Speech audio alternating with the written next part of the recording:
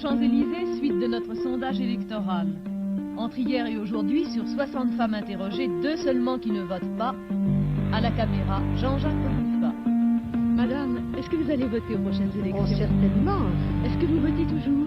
Toujours. Vous avez voté pour le référendum? Bien sûr, j'ai fait 800 km pour venir voter. Mais c'est un magnifique exemple. Je crois que c'est assez rare d'ailleurs de faire 800 km pour venir voter. Oh non, je crois que beaucoup de personnes ont fait le voyage, certainement. Et qu'est-ce qui vous paraît en ce moment le plus important parmi les questions qui se posent, qui vont se poser à la nouvelle Assemblée? Mon Dieu, vous savez, je suis assez ignorante de toutes ces choses-là, mais j'imagine que le général de Gaulle saura ce qu'il faut faire. Et avant de voter, qu'est-ce qui vous décide? Comment vous documentez-vous? Ah bien, mon Dieu, je m'inquiète un peu de la personnalité. Du candidat? Du candidat. Vous vous intéressez davantage à sa personnalité qu'à son programme? Ah, oui. Parce que je pense qu'il faut savoir diriger personnellement ses affaires pour diriger celle du pays. Merci, madame. Madame, est-ce que vous voterez aux prochaines élections? Mais bien entendu, je vote, madame. Et vous votez à chaque élection? Toujours. Est-ce que vous seriez capable de revenir de vacances pour voter? Oh, mais certainement, je reviendrai de vacances pour voter. Et qu'est-ce qui vous paraît très important parmi les problèmes qu'il faut régler actuellement? Bien, la première question, c'est la guerre d'Algérie.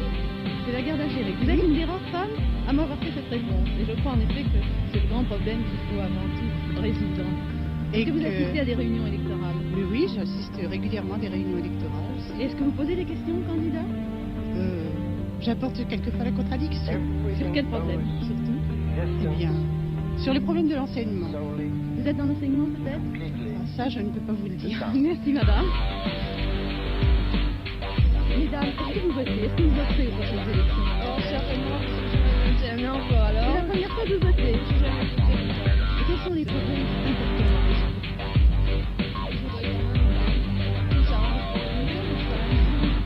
Dans quel domaine, surtout? Domaine social. Merci, mademoiselle. Est-ce que vous votez aux prochaines élections? Mais certainement, je ne dirai pas. Est-ce que vous avez l'habitude de toujours voter? Ah, tout le temps, je Vous avez voté naturellement pour le référendum? Ah, mais bien sûr. Pour le référendum, il faut voter pour ou contre une constitution. Est-ce que vous avez essayé de l'étudier, cette constitution? Oui, je l'ai étudié, bien sûr. Et maintenant, Et j'ai fait pour le mieux. Ah, nous verrons. Maintenant qu'il va s'agir de choisir un député, comment faites-vous pour vous documenter? Eh bien, écoutez, je regarde un petit peu tous les journaux. Enfin, on fait beaucoup de publicité sur les députés. Alors, nous choisissons les meilleurs d'après ce qu'ils lisent sur les journaux, bien entendu. Est-ce que l'opinion de votre mari vous influence ou est-ce que Non, vous absolument pas. Oh non, mon mari d'abord ne vote pas. Il est indo-chinois, il ne veut pas voter. Est-ce que vous discutez quand même de ces questions? Non, absolument pas. Jamais. Ah non, Et jamais. quels sont les problèmes qui vous paraissent en ce moment les plus graves, les plus importants, les plus urgents? Eh bien, d'abord le prix de la vie. Et puis, je trouve que pour les ouvriers, c'était vraiment terrible. Oh, oui, oh, oui, oh, oui. Merci beaucoup, madame.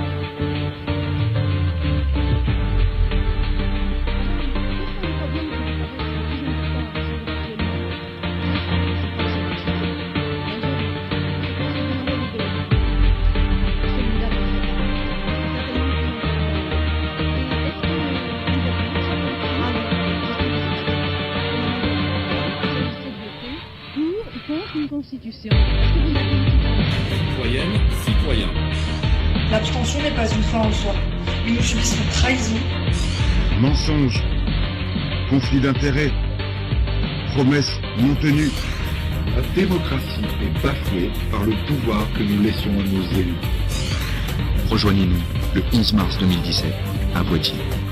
Venez découvrir cette action, les bureaux d'abstention. Les abstentionnistes sont la majorité. Ce moyen d'expression politique est novateur et choisi pour faire entendre votre voix.